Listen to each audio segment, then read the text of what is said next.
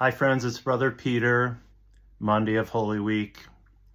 Today, March 25th, traditionally would be the Feast of the Annunciation. Feast of the Annunciation is moved to April 8th because there's no feast during Holy Week. There's no feast days during Holy Week. But March 25th was the date that the church chose for the very first Good Friday. And so it was also the feast of the conception of Jesus. So March 25th being the conception of Jesus, 9 months later, December 25th, the birth of our Lord. It's also the feast of St. Dismas, the good thief. It's kind of interesting. They moved the feast out of Holy Week, but I brought the Pietà here, Michelangelo's Pietà, so that we could think about this for a minute. People, art historians and people have conjectured over the years about a couple of mistakes that Michelangelo made in crafting the Pietà. Firstly, Mary and her son are approximately the same age in the statue. The other problem is the body of the son compared to the body of the woman. If the son stood up and was 6 feet tall, the woman would be 12 feet tall. So we have to wonder what was going on in Michelangelo's mind, because we know that he was a perfectionist, and these things were not unintentional.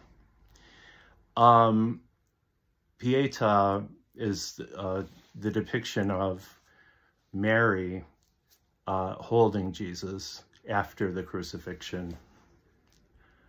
The sort of interesting solution to the problem is that the Pietà actually is an Annunciation piece.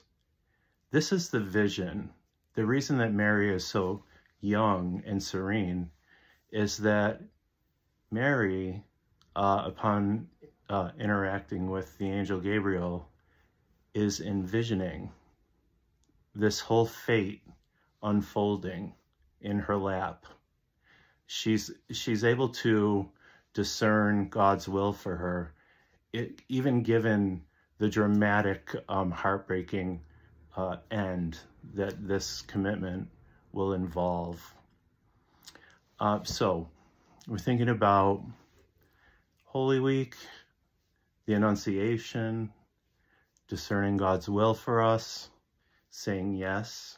In the Annunciation, we are not only reflecting on what is God's will for me, but also how can I respond to it in the affirmative.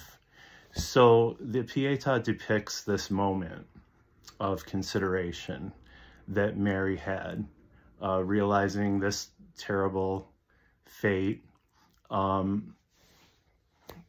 as depicted by Michelangelo.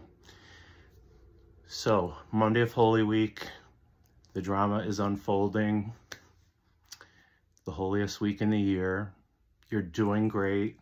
You're doing very well. There's nothing lacking or missing in your spirituality. I hope you're reading something great, going to the church services that you enjoy, taking time alone, taking time to reflect, to read, walk, commune with your beloved pets, your loved ones, your children, families, living life in its normal rhythm, but also taking time to recognize that this is a special week. It's a very different type of week for people of our faith. It's a week when we sort of set aside time to reflect on these realities. Blessings, everybody, and happy Easter.